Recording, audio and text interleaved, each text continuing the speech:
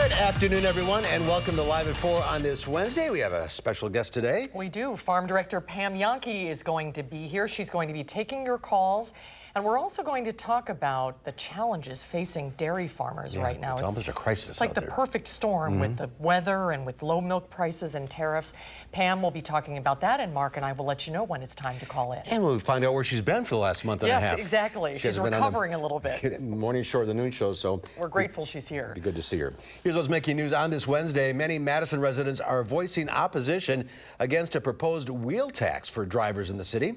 In Sun Prairie, a teenager has been taken into custody after allegedly shooting his brother.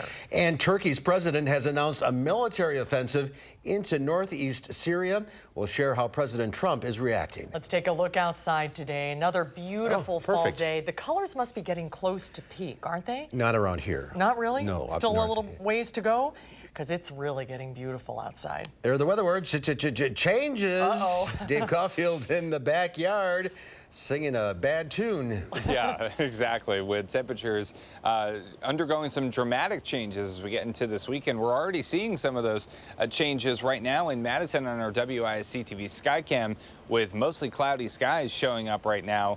Temperatures still in the upper 60s with the south wind a little bit on the breezy side at 16 miles per hour. Some other temperatures right around 70 degrees basically everywhere you look, a little bit closer to Lake Michigan. We are in the mid 60s. Wind speeds out of the south and east at about 10 to 15 miles per hour. Will be breezy heading into this weekend, and we're staying pretty cloudy tonight as temperatures continue to fall through the 60s into the upper 50s. Now let's take a look at your first alert traffic update, taking a live look in Rock County on the interstate at US 14. Not seeing any problems there. Dane County is looking good as well. No major accidents or incidents to report, although in Greene County, northern Greene County, we do have an accident on Wisconsin 39. That road is closed from County Road J to York Center Road, so just be aware of that. That's still going to take another 15 to 30 minutes at least to get that situation cleared. But on the Beltline, I'm not seeing any major problems. We are starting to see those normal slowdowns for an afternoon on the Beltline, though. So a little bit slow from Verona Road eastbound to John Nolan. That'll cost you 7 minutes with an average speed of around 35 miles per hour. Some other routes in and around Madison, and showing up yellow right now, westbound Middleton to Sauk City on Highway 12. 20 minutes with an average speed right around 50 miles per hour. That is your first alert traffic update. Coming up in just a few minutes, we will talk about those dramatic changes on the way and what to expect for homecoming weekend in Madison in your first alert forecast. All right, we'll check back in a little bit. Thanks, Dave. Topping the news today, Madison's mayor says her plan to up the city's vehicle registration fee is necessary despite some bumps in the road from the council and from the public. The Finance Committee will take up the wheel tax proposal tomorrow night after delaying action on it earlier this week. Our Rose Schmidt is live off of Raymond Road to explain what this could mean for your wallet. Rose? Madison's proposal would be the highest wheel tax in the state, and it means that if you drive a car, a truck, or an SUV, you would have to pay an extra $40 a year to register your vehicle, and all of that money raised would be required to go to transportation services. The city's Finance Committee decided to table this issue until tomorrow night so that they could take more time to make a decision. Mayor Satya Rhodes Conway says the city budget needed to make up about $11 million in revenue to pay for things like the bus rapid transit system. The wheel tax would generate about $8 million, freeing up other money for other city departments and services. She says she's limited in how the city is able to raise revenue because of state law. So until and unless something changes in the state legislature, we have to use the tools available to us. I mean, just to get a sense of the scale here, if we don't use a vehicle registration fee, we are almost certainly looking at layoffs. And to me, that's just not an option. Common Council President Shiva Badar says the council has received emails from city residents in opposition to the vehicle registration fee proposal. The county and the state also just raised those fees. AAA tells me they believe that there needs to be more public input on the plan. And the council would first have to approve the wheel tax before it could go into effect, but that could take another 3 months after they did approve it. But if none of that happens, the mayor says she may be forced to make even more dramatic cuts, like closing a fire station or laying off police officers. But she says that's something she doesn't want to have to do. All right, we'll continue to follow it. Rose Schmidt reporting live. Rose, thank you. President Trump is fighting back against the impeachment inquiry looking into his phone call with Ukraine's president. White House lawyers have officially declared they will not cooperate with the investigation. Nicole Killian has more details from the White House. Presidential candidate Joe Biden is now calling on Congress to impeach President Trump because of his request for foreign powers to interfere in the election to investigate him. He believes he can and will get away with anything he does. He's shooting holes in the Constitution, and we cannot let him get away with it. The president quickly responded on Twitter, "So pathetic to see sleepy Joe Biden calling for my impeachment, and I did nothing wrong." Tuesday, the Trump administration sent a letter to congressional Democrats saying it would not comply with the inquiry, which it deemed unconstitutional. I think the American people have a profound sense of fairness, and I think that they know a sham investigation when they see it, and they know a kangaroo court when they see it. House Speaker Nancy Pelosi fired back in a statement saying, "Mr. President, you are not above the law. You will be held accountable." The president is obstructing Congress from getting the facts that we need. That is an abuse of power for him to act in this way. The president continues to label his rivals as do-nothing Democrats and says their total focus is the 2020 election. Democrats have been pursuing impeachment from even before President Trump was sworn into office. Democrats say it's the president who's focused on 2020. This is one of the few impeachment inquiries in the history of our country. It goes to the core of whether the president abused his office to seek political help in his re-election campaign. But both sides are using impeachment to raise money for the upcoming race. They want to steal this one. The Trump campaign has spent more than $700,000 on Facebook ads this week alone. Nicole Killian, CBS News, the White House. House and Senate Republican committees are also putting the majority of their digital ad dollars behind impeachment. Wisconsin Congressman Mark Pocan appeared on MSNBC's Morning Joe today, responding to the White House counsel's letter. Representative Pocan says he has spoken with his constituents from around Wisconsin. Here's what's happening. I just did town halls in every county in my district, and I have some very rural counties. I have Madison, Wisconsin, a very progressive area. But every town hall, people are saying the president thinks he's above the law and he's not doing. Last week, Senator Ron Johnson told News 3 he did not believe the president has done anything wrong. Turkish forces have launched a military operation against Kurdish fighters in northern Syria. It comes days after the White House announced it was pulling troops from the region. Syrian civilians could be seen fleeing by car and by foot as Turkish warplanes carried out airstrikes in northern Syria. Turkey's president says the operation is aimed to eradicate the threat of terror against his country, but in a statement today, President Trump says, quote, the United States does not endorse this attack and has made it clear to Turkey that this operation is a bad idea. Senator Lindsey Graham called the situation a disaster in the making. I hope that Turkey, when they go into Syria, they won't slaughter the Kurds. And I will say this to the president. It would be hard to protect America without allies over there. And the Kurds have been good allies. A spokesman for the Kurdish-led forces say there is a huge panic among people in the region and appeal to the U.S. to protect them from Turkish attacks. A U.S. official told CBS News the U.S. will defend its troops on the ground, but does not intend to shoot down Turkish aircraft. A teen is in custody in Sun Prairie after police say he shot his older brother. Eric Franke is here now with what police are saying today about this incident. Yeah, Susan and Mark, police are still trying to piece together exactly what happened here. That call came in last night about 10:30. It was an apartment building just off Main Street at 300 Park Circle. A 23-year-old man there said his 16-year-old brother had shot him in the upper arm, but didn't say much more. That 16-year-old, who police know well, was not around at the time, so they sent out a statewide alert to find him. And a few hours later, about 3 in the morning, they received word from the Fond du Lac County Sheriff's Department that they had pulled him over, completely unrelated, for speeding, and he was then taken into custody.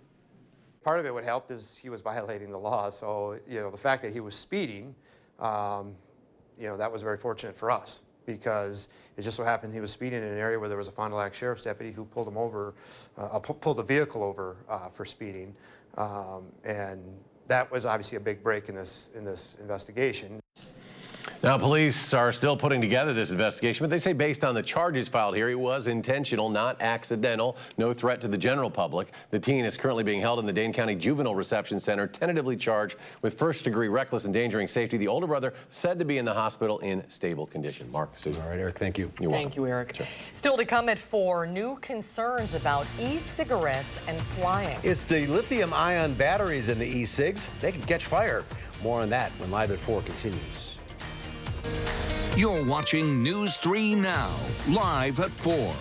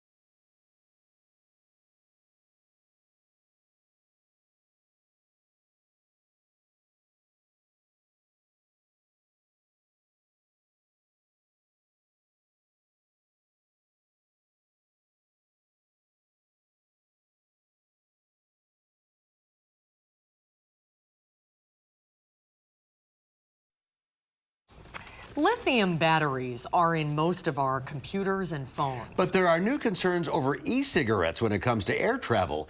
Lithium-ion batteries sparked this fire in February aboard a Delta flight while it sat at the gate. Those batteries are in e-cigarettes, like this one that caught fire in the TSA line at Charleston, West Virginia's airport. And here, another fire in Savannah, Georgia in August of last year. A quick-thinking TSA officer removed a smoking bag from security. The cause? The battery for a vape pen. The president of the Association of Flight Attendants says they've become firefighters on planes and the FAA needs to do more.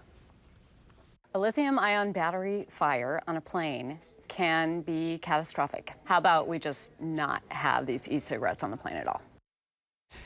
In a statement, the FAA tells CBS News it has clear regulations on the safe transport of lithium-ion batteries. E-cigarettes, vape pens, and spare batteries must be transported in carry-on bags. Adding, because of the wide variety of battery issues that can occur, it's important that airlines have the flexibility to assess and address the risks involved in each individual situation. The inventors of the lithium-ion battery were just awarded the Nobel Prize in Chemistry. Stocks closed higher after news broke that China was open to a partial trade deal. The Dow Industrials added 181 points, closing at 26,346. The Nasdaq up almost 80. The S&P 500 gained 26. Well, we are in the middle of the final voting process for the Best of Madison, presented by Ho Chunk and Ho Chunk Gaming. There are lots of finalists, and if you're wondering how to vote for your favorite pizza place, coffee shop, or wink wink, your favorite news team, Rachel Tachi from Madison Magazine is here with all of the answers. Hi, Rachel. Good to see you. Yeah, it's great to be here. So now we're down to the finalists. This is it. This is where it all comes down to. And through October 31st, you can go to madisonmagazine.com/Best of Madison. You could also probably go to channel3000.com or Google Best of Madison. You're going to want to place your vote. You can vote one time per category. So as much as we might want to go every single day and cast our vote, we really want this to be an authentic, true reader's poll. And that's why we wanted to, during this, our second phase, really make sure people cast a meaningful vote by doing once per category. So no stuffing the ballot box. We're trying. But you can go on every day and Yes. vote on other categories because there's a ton of them. Correct. Yes, we have so many. I feel like there's hundreds of categories. We have over 30 new categories, but you can definitely go on each day and vote in a different category. Now, how many finalists are there in each category? 6. So in our first phase, which was in the month of August, you could nominate, anybody could nominate and nominate daily. And so we had to sort of sift through hundreds and thousands of nominations to come up with the top 6 vote getters. And then those top 6 are now in the second round. And then after October 31st, we're going to figure out who those top 3 winners are, and they will be the Best of Madison. Oh, that's great. What are some of the new categories this year? Yeah, so it's sort of diverse. We always have a lot of food and beverage, right? People love to find out the best in food and drink. And so this year we added new bartender, best place for trivia, and best chicken wings.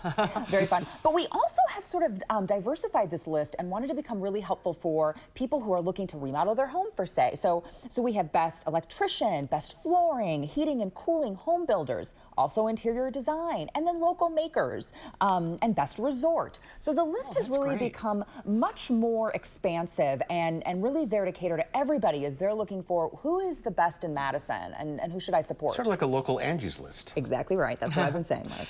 How long can you cast your vote? Until when? So you can cast your vote until October 31st, and you're going to want to head out there. I wanted to say, Mark and Susan are on the list, as are many. That's right. So cast those votes. That's really important too to make your voice heard, and you can do so through October 31st, Halloween. And when are the announcement made of who the winners are? So that's a good question. So it's going to come out on Thursday, March 19th. So it's a little bit of a lead time, but what we're going to do is we send it out. It's going to be in Madison Magazine. It's going to be online at channel3000.com, and we're going to have a big party to celebrate all the winners that will be open to the public. That's great. So, now, yeah. Can you vote on Channel 3000, or you have to go on Madison Magazine? Channel3000.com/Madison Magazine. You can also get there by Madison Magazine, Best of Madison. And Channel 3000 is one of the websites. It is. We are represented strong because we are already the best. And who else is on the anchor team list? So Charlotte and Eric, the evening news, and then also the morning team, Josh, Leah, Hattie, and Chris. And the other stations. The other stations have some nominees too.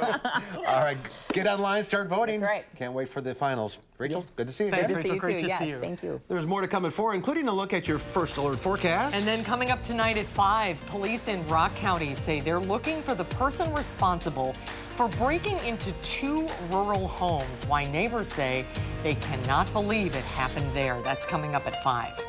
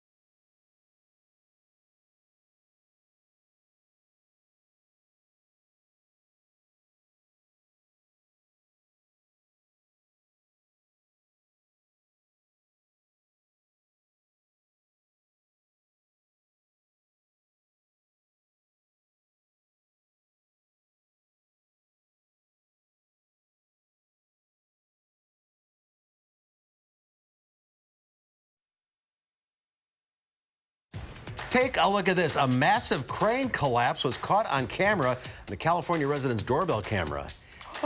It happened in Long Beach. One resident says the crew has been working on the site for a few days before it happened. Southern California Edison says the crane belongs to an electrical contractor that was replacing poles. Several homes were damaged.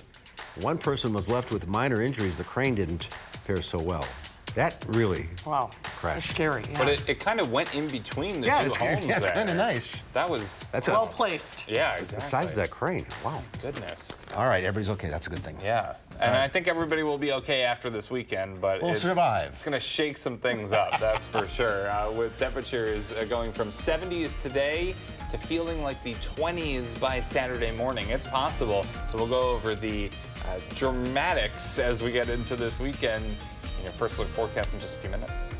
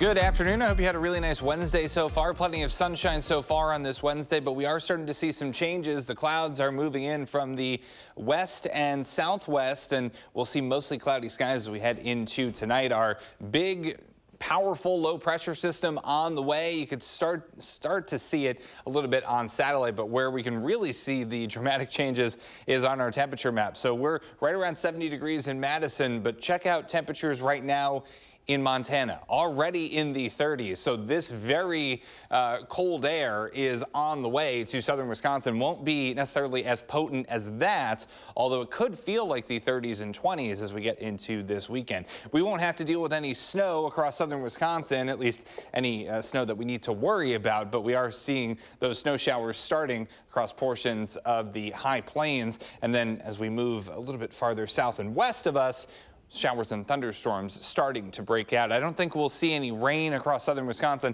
until we get into the later portions of our Thursday. So we should be dry tomorrow morning, but then the umbrella is going to have to be with us through much of the next couple of days, Thursday night into basically all of Friday.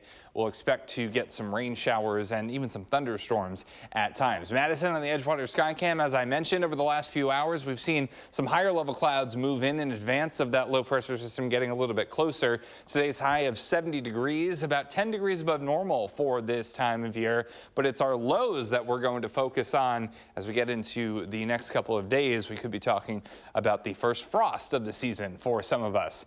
No frost just yet, with high temperatures right around 70 degrees once again across southern Wisconsin. And this is actually perfect weather to get those fall colors to start to pop. You want those nice warm days, not too hot, and then at night you don't want it to be freezing or anything close to that, but those cool nights, that really gets those colors in motion. We're starting to see that across much of the northern part of the state, and even some portions of southern Wisconsin starting to see a little bit more of that color pop up. Now, speaking of frost, typically over the first couple of weeks is when across southern Wisconsin we do see that first frost, and I think we'll be right on schedule for that. Lows in the upper 50s and low 60s as we head into tonight, but look at what happens. Look at that dramatic change there in the mid-30s Friday and Saturday, upper 30s on Sunday, and your 40s on Monday. These are typically the overnight temperatures, although with cold fronts sometimes that's not always the case.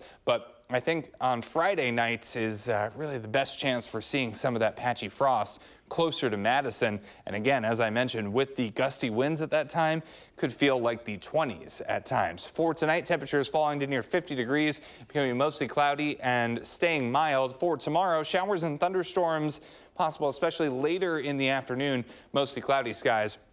We stay pretty mild on Thursday, but then we do not, not even by any stretch of the imagination. So into Thursday, again, those temperatures still should reach the mid to upper 60s under mostly cloudy skies. Few showers and thunderstorms can't be ruled out. Better rain chances on Friday as that front continues to move through. We start off in the 60s Friday morning, but by the time we get to Friday Night Football, we're in the upper 30s, could be feeling like the 20s for some of us. So that's one of those days where it's almost impossible to dress for. We're starting out feeling more like spring, and then by the time we get to the nighttime hours, winter's here. Hooray! We could be talking about another half an inch to about an inch of rain by the time we get to later on Friday.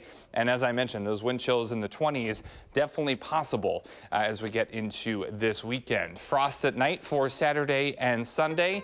That could be in the cards as well. Does look like we get a little bit warmer into next week, but we're still staying a little bit on the chilly side, at least closer to normal by the time we enter next weekend, with temperatures returning closer to 60 degrees by Friday and We got Saturday. a question on Facebook from someone wondering if there will be maybe a chance for a little bit of snow anywhere in the state. You know, I think maybe closer to the north and west. And I don't think any of that's going to stick, because once you have those quick temperature drops, the ground doesn't have a chance to really cool down all that much. So if we do see any snow, maybe some snow mixing in with rain at times for spots to the north, but really not looking at any big impacts from snow. It's going to be that big dramatic temperature drop that's going to really grab the headlines here. There's the silver lining. It's right. It'd be fun to watch the thermometer just go down. Yeah, just minute by minute, like, whoa.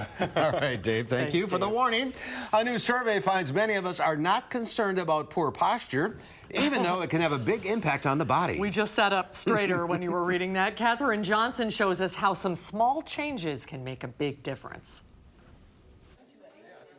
In a few weeks, when it's time for finals, these students will get to work. They're members of the Posture Patrol at New York Institute of Technology. It's basically something people don't pay attention to a lot of the times. That's why they'll be handing out these brochures to students and faculty. Just correcting them with their posture or helping them become aware.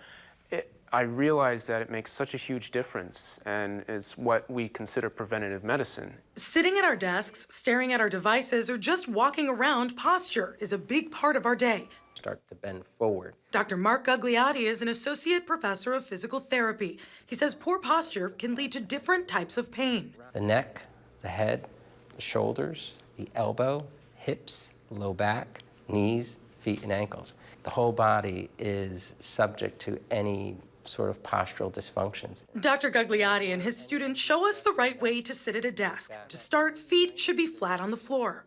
I'm going to lower the chair to a position that helps accentuate a 90-degree angle between the trunk and the hip, as well as a 90-degree angle between the upper leg and the lower leg. Shoulders and elbows should also be at 90 degrees. Your computer screen should be an arm's length away and positioned so your eyes are looking at the top third of the screen without moving your neck up or down. Looking down at our phones and devices creates another posture problem that can impact the back and neck. Having your phone more towards the front of your face would be the best scenario. And don't forget about your posture when you're walking. Keep your back straight, not slumped, and try to pull your belly button in towards the spine. Katherine Johnson, CBS News, New York.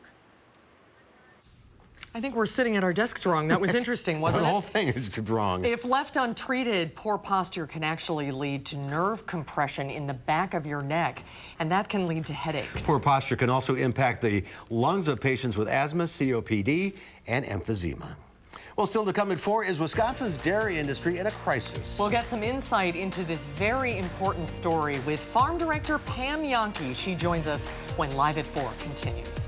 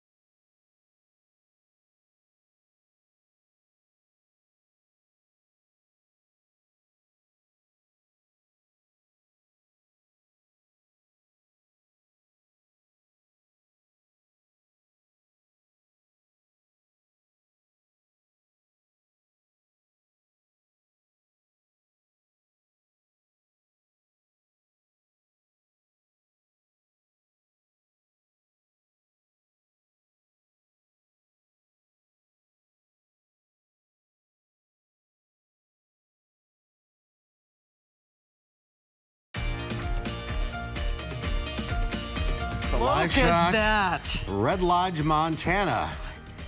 Oh, we have been warned. Yeah, it's not going to be that bad here, but it's out there. So appreciate what we have. It is pretty, though, isn't it?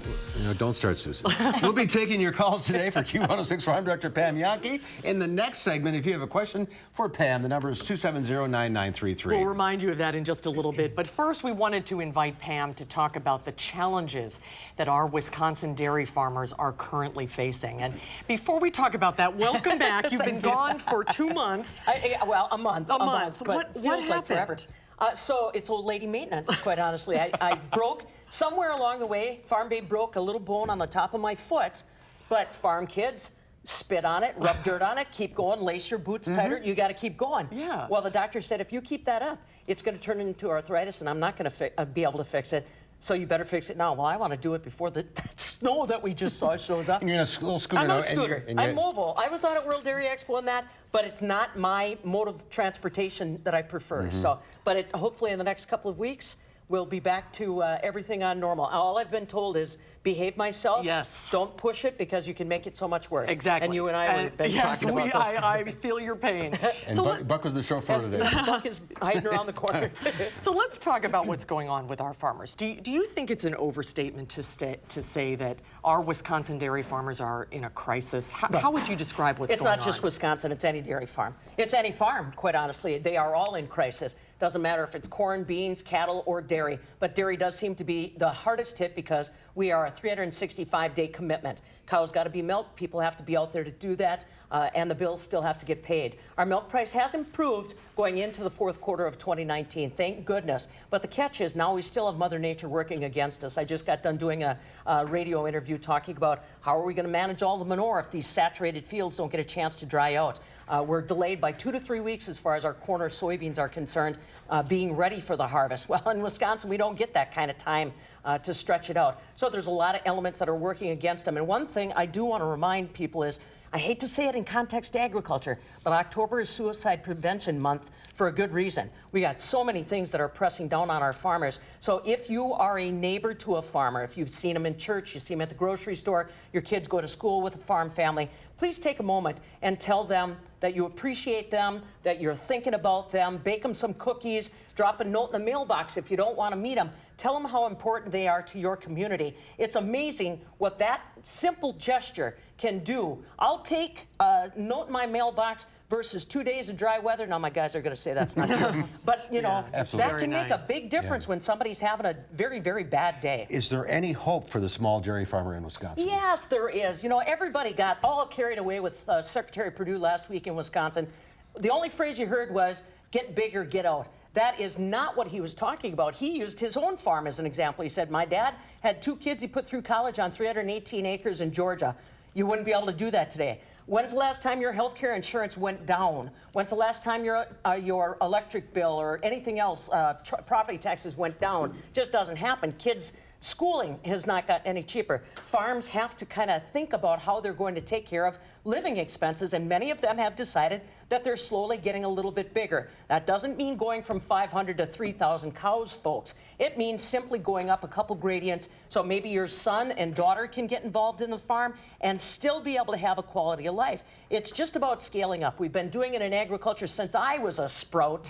It's just that now, whenever anybody talks about it, and I appreciate the attention to the subject, because agriculture doesn't get attention. You know, we either get attention because we're on the dole or we get attention because we're flooding down the river. You need to pay attention to the dynamics that are impacting our farm families. That's what's going to be with us long after prices change and rebound. It's a multi-billion-dollar industry for Wisconsin. Indeed, indeed. We are the industry. We are the #1 industry. Hello, people. It's not manufacturing. It's not. It is agriculture. And I can, if I had an hour and a half, I can tell every one of you how you depend on Wisconsin agriculture. So talking about it and letting those farmers know you're with them is important. Yes, it definitely is. Speaking of talking about it, now it's your turn to talk to Pam. When we come back, if you have a question that you'd like to talk to Pam about, the number to call is 270-9933. Call now. Pam will stay right here, and she'll take. Where's you she can't going? go anywhere. Where's she going? She'll take your calls when Live at 4 continues. We'll be right back.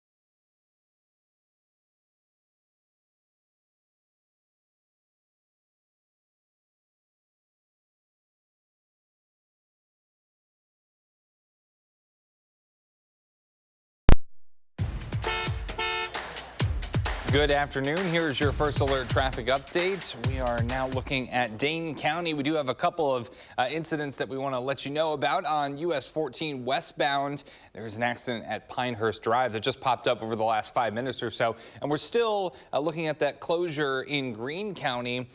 Wisconsin 39 road closed from County Road J to York Center Road. And still that is closed at the present time, so keep that in mind. You're going to need to find an alternate route. On the Beltline, we're noticing those normal slowdowns really start to pile up on the eastbound side. 27 minutes right now from University Ave eastbound to the interstate. Average speed of around 35 miles per hour. Some other routes in and around Madison, still a little bit slow. Middleton to Sauk City westbound, 24 minutes.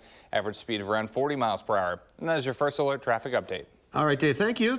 This is nuts, because these are nuts. Walnuts, to be exact. A Pittsburgh couple says squirrels crammed 200 walnuts under the hood of their SUV. Chris Persick says his wife called him saying she heard noises and smelled something burning. No damage reported. The couple spent about an hour clearing out the mess. We knew you'd like that one, Pam. I have witnessed that kind of action. 200 walnuts. I have witnessed that kind of action. We're taking your questions today for Farm Director Pam Yankee. We have two lines open at 270-9933, and the phones are jammed, Pam, so let's get right to them. We'll start with Bill in Madison. Hi, Bill. What's your question? I guess a comment. I want to put her cookies in her mailbox, and with her influence at the World Dairy Expo, I'm hoping that she could get some of that high-quality fertilizer over to my house. Thanks, Pam. All right, Bill. That's appreciate very nice. it, my friend. Good to hear from you. All right, Laura in Montello. Hi, Laura. Hi, I'm just curious. What are your thoughts about the hemp growers as part of agriculture used for CBD oils? Thanks for your time, Pam. You bet. Absolute. Thanks, Laura. Yeah, this is a hot topic. I love talking about it because, remember, Wisconsin used to dominate the nation in hemp production, so we've got a little history with it.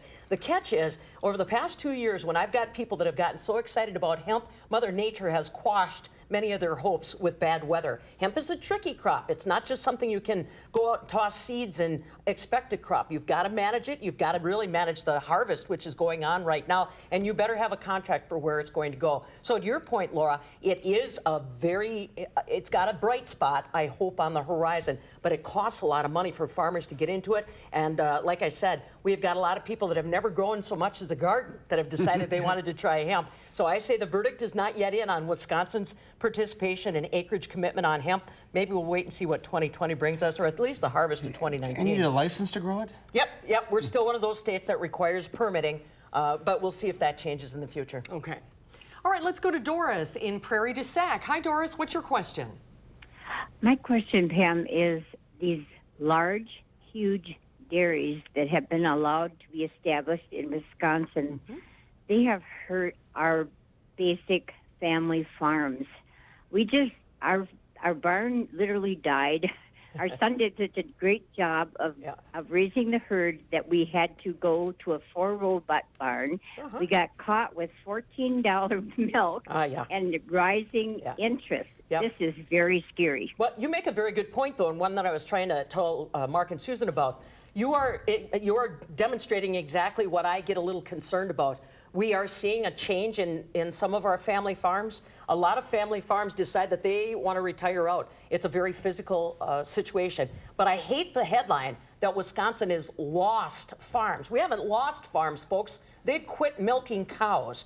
And what happens with those cows? They probably stay in Wisconsin. And they go to the neighbor guy who I grew up with, went to high school with, has been in 4-H with my kids. And then he'll rent my land. Or maybe I'll grow corn and soybeans. Or maybe I'll put beefers in the barn. So please slow the roll on we've lost farms. Those farms are still there. They just make transition to a different type of agriculture, or they go on to the neighbors and make the neighbors. The other issue is a lot of the farms that you call huge are family farms.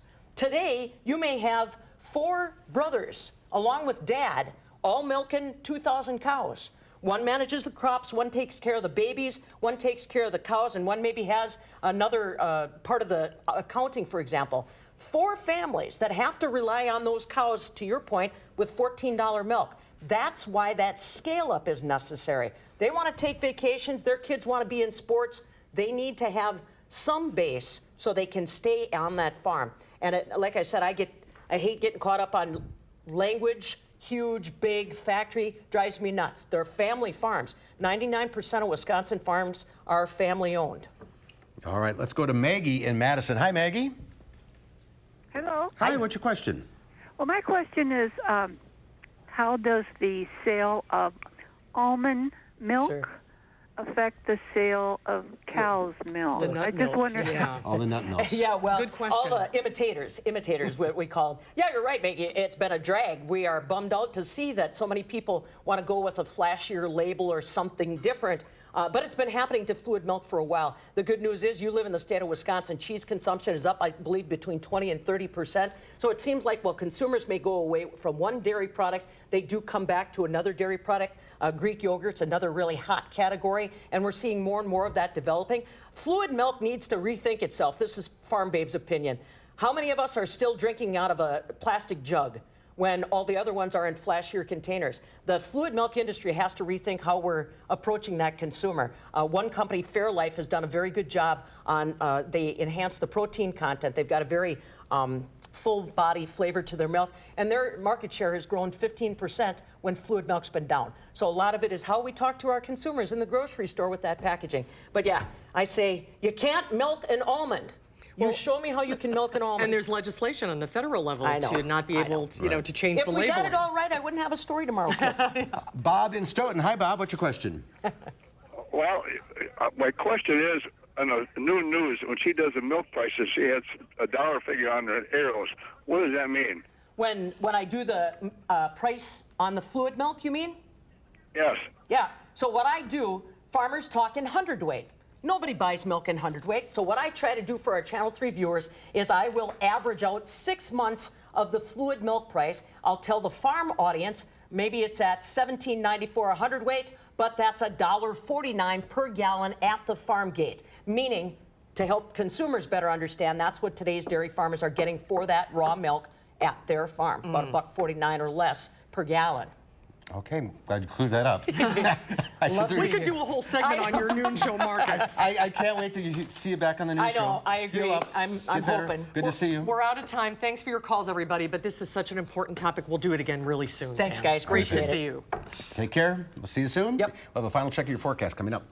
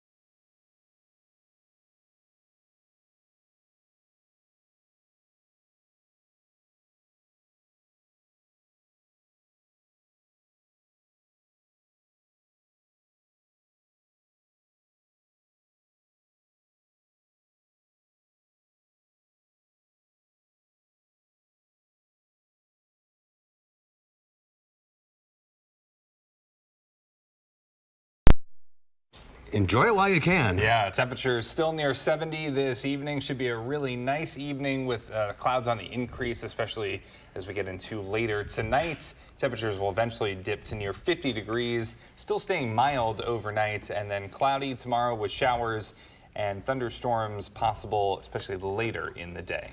All right, big change this weekend. Oh, yes. All right, Dave, thank you. Thanks, Dave. We'll be right back.